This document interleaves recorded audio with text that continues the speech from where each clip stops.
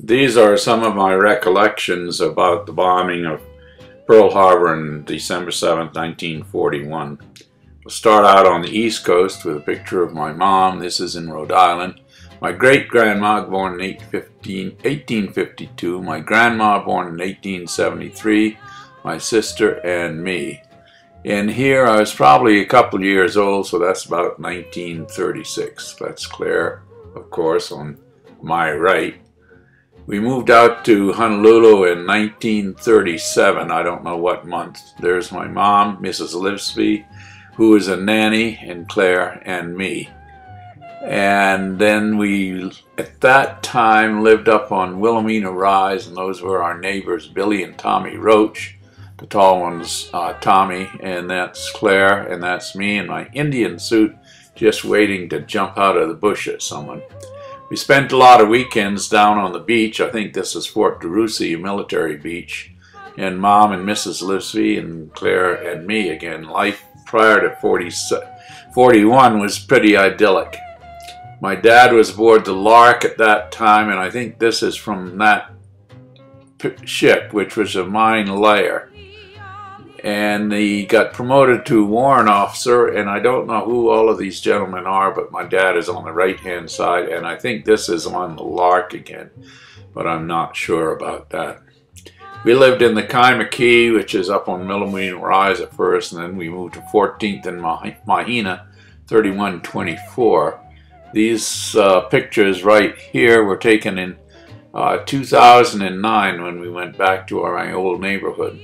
This is a school that was only about 2 blocks, maybe 2.5 blocks away, but I remember it as miles away. And I did remember the courtyard out in front, the classrooms at that time with the little structures underneath the balcony there. They're administration offices at this time. My dad was transferred late in mid-41, I guess, March 41. To the Pennsylvania, and he was aboard the Oglala for a couple of days before the Pennsylvania got back from being at sea. This is a picture of the Lark that I pulled down off the internet and put on the screen just to show what it looked like. And I do remember it looked like something like that. I believe each ship had its own stationery. And I found this envelope somewhere. I don't remember if it's off the internet or not, but there's the stationery from the Lark. It was aboard the Pennsylvania, which is a battleship and the flagship of the Pacific in 1941, December 7th, when they struck. He wasn't aboard then, but he went to his ship right after we found out about the attack. Now, Dave, my brother on my mom's lap, was born in June 6, 1941. So this is a picture sometime between then and December 7th, 1941. There's a picture of my dad, Dave, and then I'm in the white outfit and Claire's on his left-hand side. In 2009, we went back to see our old house, and this is the house that's there now. It's not the house we lived in because I talked with a man there in 1961-62 when we were going through there back to Australia for a sabbatical leave, and I told him about the mango tree in back. He wanted to know how I knew about that. Well, I knew about that because we lived there, and he said that was right, it was there. And here's a corner house. It's on the left there looking down to Wilhelmina Rise. There weren't all the big trees around then, and you could see up on Wilhelmina Rise. And on December 7th, that night, this place was like a pinball machine. There were so many lights flashing on and off during the entire night. The attack came at about 7:55 the morning of December 7th, 1941. They came in from the northern route where there weren't any ships on the lane, so they wouldn't be detected. And fortunately, our carriers were not in Pearl Harbor at that time. They were out. One was at Midway, the other was at Wake Island, and I don't know where the other one was. So they didn't get our carriers, but you can see the battleships on Battleship Row doubled up there. They came in from the north in 3 different ways, and then a 4th one came later. And they all aimed for Pearl Harbor and the military bases on Oahu. There's Pearl Harbor, and they came in. It was a complete surprise. Fujita said Tora, Tora, Tora, and fired a flare. They were all supposed to go in with one flare as planned.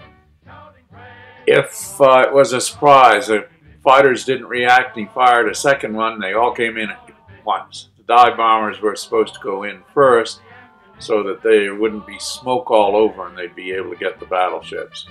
Here's a picture of them, Japanese captured picture showing them on the Akagi before they took off that morning. Here's a picture of Ford Island. It's another picture that was captured and found after World War II. I was on the phone at 7:55, or it was a little bit before 8 o'clock, and told Dad about trying to get on the phone, and somebody said, "Get off the phone, there's a war on." So I went and told him, and we turned on our big Zenith radio and heard it, and we went out on the front porch. We were about 6 miles away from Pearl Harbor at that time, and we could see planes and smoke. And that's about all I remember. My mom dragged us in, and my dad took off for his base. All military personnel had to go and report to their duty stations. He took off in our car, and we didn't see him then for quite some time. In fact, for about a month. This is a picture you've been seeing of some of the Japanese captured films, pictures, and the takeoffs, the Bell, the high-level bombers, which came in at about 8:40, as I remember, about an hour later. Mom got us all, and we were all under the bed. This is a picture of a plane that crashed on Nihao. There's an interesting story there that I'll come back to in a minute. It was, the pilot was taken prisoner by the Hawaiians. Here's the way they returned back to Japan. And they had different midget submarines, 5 of them as I recall, that were supposed to sneak into the harbor and finish off whatever the dive bombers didn't get. Only one midget submarine probably made it into the harbor that they believe right now, and I'll show you the picture in a moment why they think that happened. One of them got beached. The Ward sunk one of them about an hour before the attack. They saw a periscope in restricted water, and they actually sank it. Here are some hangars. These are probably over on Hickam. They got bombed that morning. And the Ward came back in through the nets that were down at that time. I think the submarine followed it into the harbor after the Ward went through.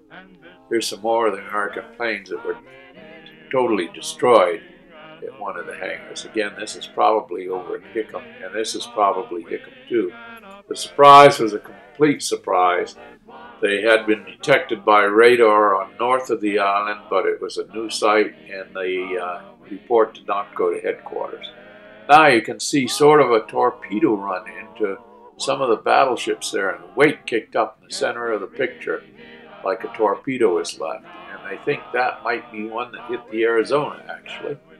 Here's a famous picture of PBY that was burning. All of the planes were brought in together because they were afraid that there was a 5th column Japanese spy ring in the islands, and they might try to damage the planes. They were expecting an attack to come. They had been warned, but not at Pearl Harbor. They thought it was going to come in the Philippine Islands. And of course it did come there, but I think it was the next morning. And Japan did not warn the United States they were going to, but it took too long to get the message typed and brought over to Secretary Hull in the morning. There were B-17s coming in from the north, from the mainland, and those B-17s, what they thought they picked up on radar, that's what their officer thought. Well, it wasn't. They picked up the Japanese planes coming in. But as I say, it was not reported beyond this duty officer. Here's another picture, famous picture of the planes being bombed. This poor civilian was caught in a strafing run, and you can see it's probably dead in the car. And you can see it was strafed and hit pretty hard.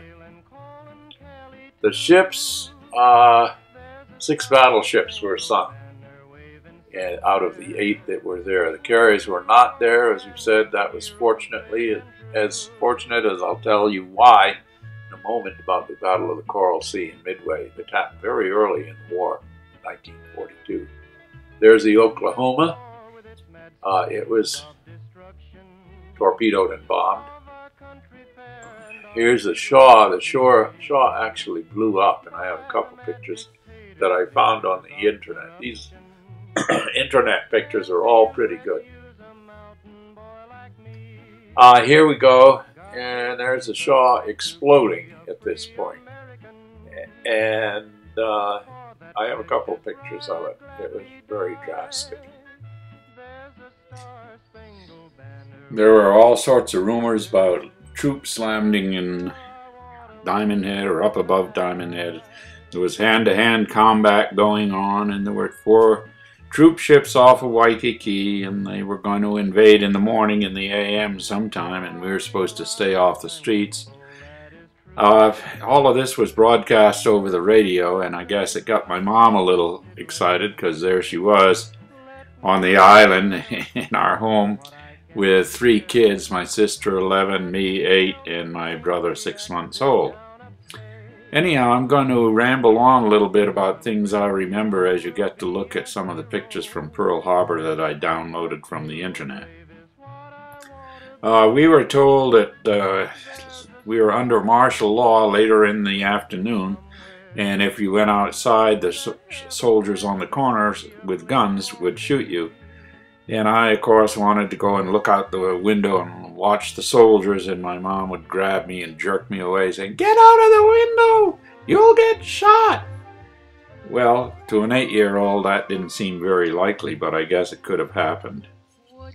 We had to stay inside the next morning, we were told, over the radio again, because the Japanese army trucks would be rolling down the road after the invasion took place. That night, we were under total blackout, and as I mentioned before, we could look up on Wilhelmina Rise, and that place was all illuminated and flashing with all kinds of lights. The soldiers were told that they could go up and shoot out the lights and take anyone out of the house with flashing lights and shoot them on the spot. At least that's what we were told on the radio. It was good enough to scare a lot of people.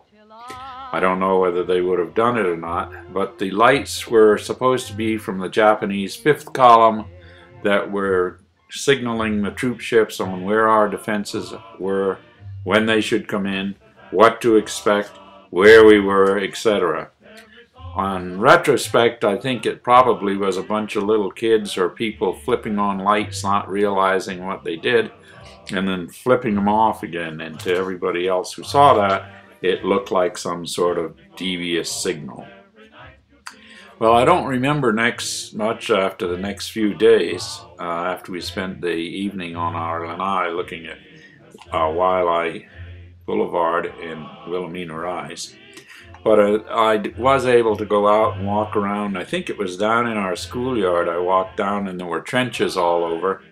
And I was picking up bullets and bomb fragments that came and landed down there. They were all, I found out since then, 50 caliber bullets and probably American ordnance, which went up and came down. I got 2 bomb fragments that went through our car, which my mom gave to me many, many years later. The next morning, Franklin Roosevelt declared war on Japan with the U.S. Congress and declared it a day of infamy. It's interesting to note that there were peace talks going on, and this is a headline from one of the Hawaiian papers, the Star Bulletin, Honolulu Star Bulletin.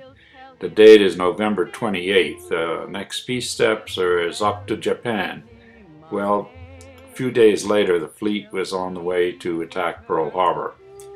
Then these are the headlines from the Honolulu Star Bulletin. I did have an entire collection of the papers, but they have since been lost.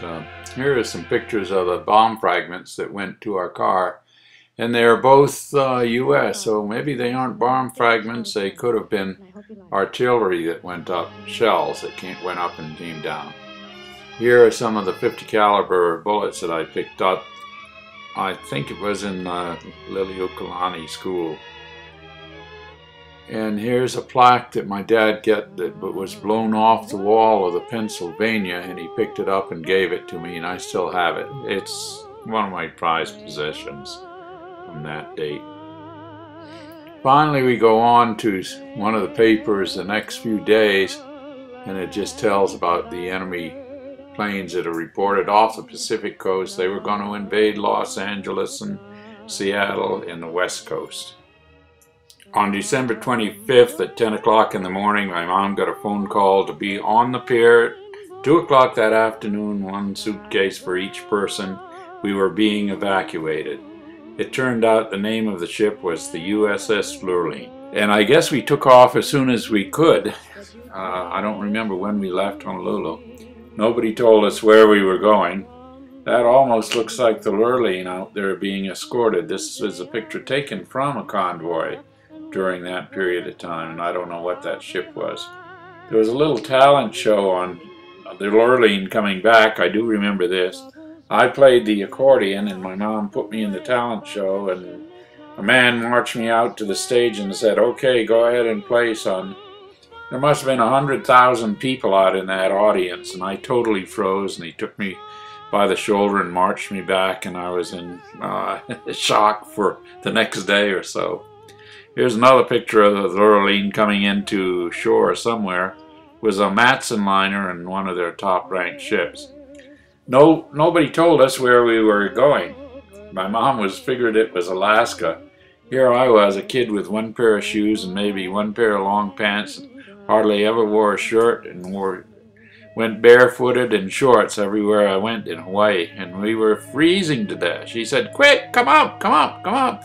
You gotta see this. It's a Golden Gate Bridge." We didn't know what that meant, but we were excited because she was excited. We then found out it was San Francisco, and when we docked, my dad was on shore waiting for us. That was a picture of my school class in Alvarado. I think I was on the top left-hand side. This is a picture of my sister Dave and me in Tacoma, Washington, about 1946, where we moved.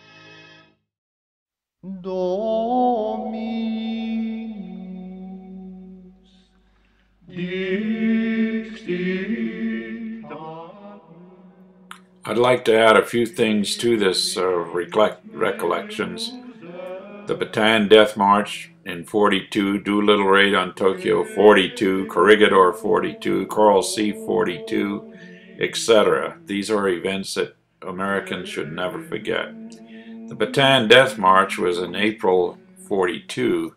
Bataan in the Philippine Islands fell, and there were something like 65,000 to 75,000 Americans and Filipinos who were taken prisoners by the Japanese and marched 80 miles, a total of 80 miles. They were treated very harshly, no food, no water. They could only get it out of buffalo swills along the road. If you fell, you were bayoneted. You were run over by the army trucks if you fell also. They were starved to death in the camps, and they weren't relieved until the end of the war. This shows a map of the Bataan Death March.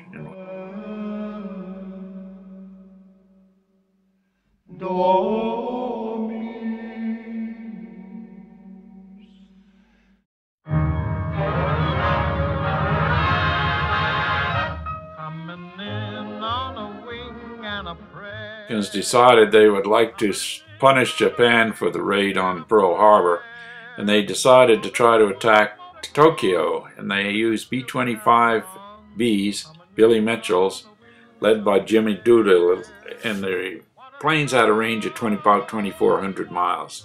They snuck them in on the Hornet, and they were detected before they wanted to launch by a Japanese fishing boat, which they sank. B-29s were challenged to take off in such a short space, but they all managed to take off. They went in and bombed Tokyo. They flew at 25, 50 feet above the water all the way in. Bombed Tokyo and scooted out. Most of them made it out past Japan and dunked in the sea. Some of them made it to China and were then rescued by Chinese nationals and they arrived back in the U.S. eventually after quite an adventure. There was a fierce battle for the island of Corregidor in May 5th, 42. It was the Gibraltar of the Philippines and the Pacific, I guess, because it was well fortified and had lots of tunnels. The Japanese finally invaded and managed to take it off over, and General Wainwright had to surrender. It was a long battle and lots of casualties on both sides. Here's a picture of the Japanese celebrating the surrender of Corregidor in May 42. Of course, this is a captured picture. One of the next major battles that took place was on May 4th through 8th. The 7th and 8th was a big battle. Tulagi was on May 4th. There's a diagram showing roughly what's there and how the battle took place if you want to stop the film and watch it. The reason I put this in again is that it had something to do with the Williamson family, and it was very early after Pearl Harbor. Remember, it's only about 5 months or something like that.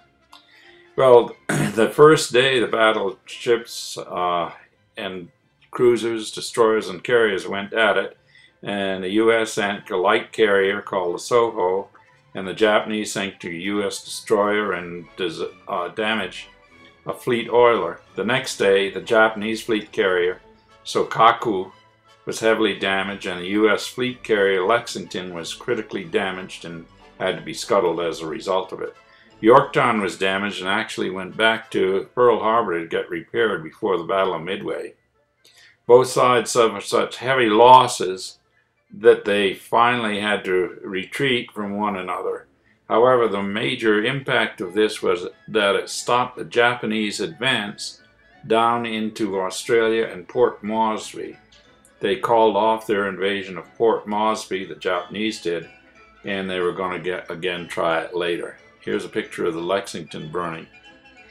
Our Uncle Eddie flew off the Yorktown in this battle, and he received the Navy Cross for his action. He flew SBD-5s, and he came back, and the Yorktown was damaged, but they managed to get aboard.